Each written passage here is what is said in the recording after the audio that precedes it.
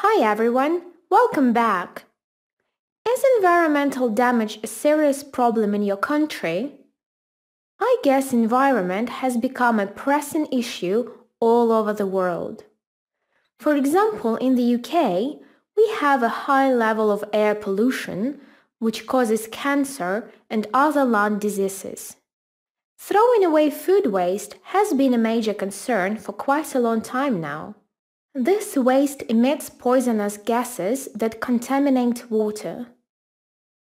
Recent flooding and storms in the country also show that we are affected by climate change.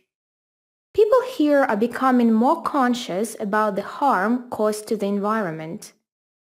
So there are a lot of organizations and projects that tackle the problem, and these programs actively engage local population.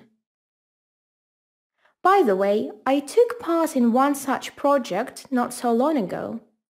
The aim of the project was to play a role in environmental conservation by easy little changes to your everyday lifestyle. First, all the participants had to make their homes more eco-friendly. Obviously, it would have been a great idea to use solar panels instead of conventional sources to power the house. But parents told me that it was too difficult to implement because the house is too old.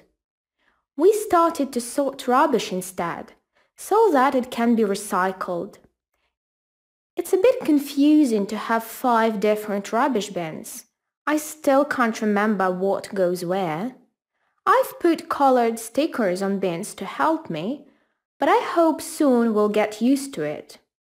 I also bought energy-saving light bulbs, and I make sure that no one in the family forgets to turn off the light.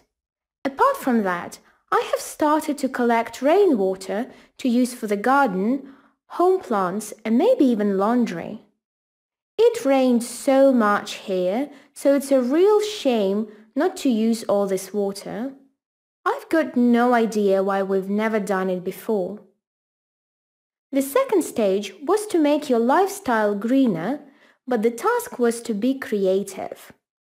One of the ideas I had was to do grocery shopping online and have it delivered at home. You don't see the link, do you? Delivery vans can bring groceries to around 10 houses at once. Thus, we get 1 car on the road instead of 10, which means less carbon dioxide and other car exhaust fumes in the air. Genius, isn't it? Another thing about food, I have encouraged my family and friends to buy locally grown food. I know it's great to have exotic fruit from time to time, but importing products involves a lot of water and air transportation, which in its turn means the burning of fossil fuels, which are non-renewable, remember that. I also did a lot of research on the internet and finally found a very cool mobile app, Seafood Watch. Basically, the app shows which fish are plentiful and which are in danger of extinction. So you know better to cut them out of your diet. The app shows fish which are polluted with mercury as well. It's good for those of you guys who love sushi. You need to be careful when eating raw fish. The third stage was the most interesting. We had to work in small teams on projects to protect wildlife. In the end, they got around 15 different projects to help endangered species. Of course, we're not scientists, and we don't know which of our ideas is actually doable. So these projects will be examined by real environmental specialists, and they'll choose the winner. The prize is amazing. A trip to a nature reserve in Latin America where you can do some volunteer work with animals.